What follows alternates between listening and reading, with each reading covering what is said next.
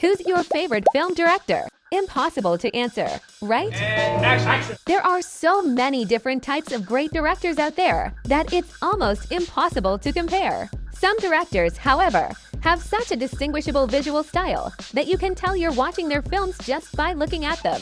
Here is Plastik's top 10 most stylistic directors of all time. Number 10. Jean-Pierre Jeunet. Jeunet play with saturated colors, notably reds and greens, is this visionary French director's evident trademark. Le second gâteau vous apporte le bonheur.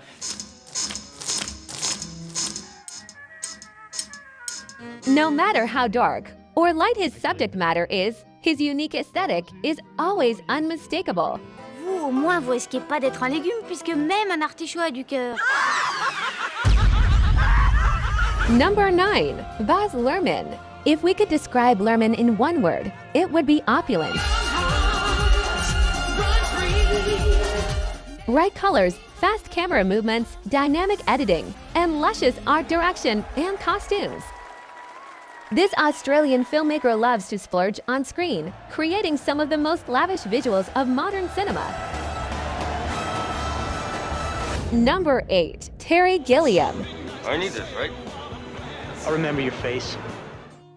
A master in visual comedy, and noticeably inspired by Amir Kusturica, I think it's a little early to start imposing roles on it, don't you? Gilliam's films are filled with fantasy, dark humor, and, well, Sam, it's time for you to grow up and accept responsibility. odd visual effects, creating a subgenre of his own.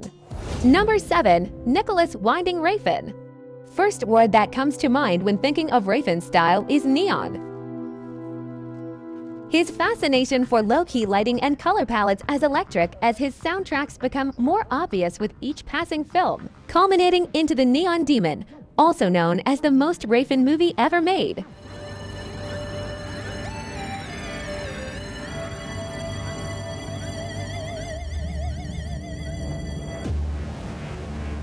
Number 6. Stanley Kubrick.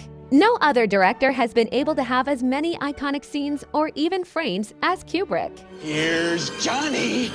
This master of cinema's use of dominant primary colors, intricate tracking shots, and innovative filmmaking skills all worked hard at ingraining his cerebral and often provocative stories in the minds of generations. I've taught you much, my little droogies.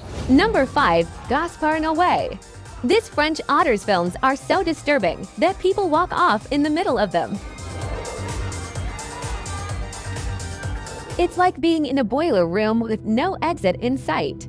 You know that tomorrow's the anniversary of Mom and Dad's death? But if you make it through, his work will stick with you. Noé's aversion for natural lighting, his experimental camera movements, and his controversial themes leave you dizzy and breathless by the time the end credits start rolling. Number 4. Pedro Almodóvar. Nobody does color blocking better than this cult film director from Spain. Con la cremallera, por favor. His ability to color code a mood, an emotion, a state of mind, so seamlessly as to not distract viewers from the drama unfolding on screen, but rather inform them, is unparalleled. Bébé. Tú también, ¿eh? Number 3. Tim Burton. Burton's fascination with nonconformists is one of his major defining traits.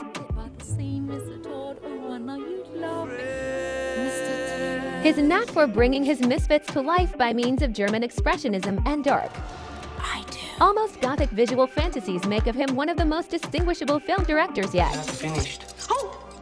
Put those down. Don't come any closer. Just... Someone has stolen my toy! Mr. Wonka, I'm Violet Beauregard. I don't care. Number 2. David Lynch. Known for transferring his dreams into film, this bizarre filmmaker will entrance you from the very first surrealist frame until the last. Wonder where you were going. Mulholland Drive. His signature, marrying the macabre with the mundane and, of course, red curtains.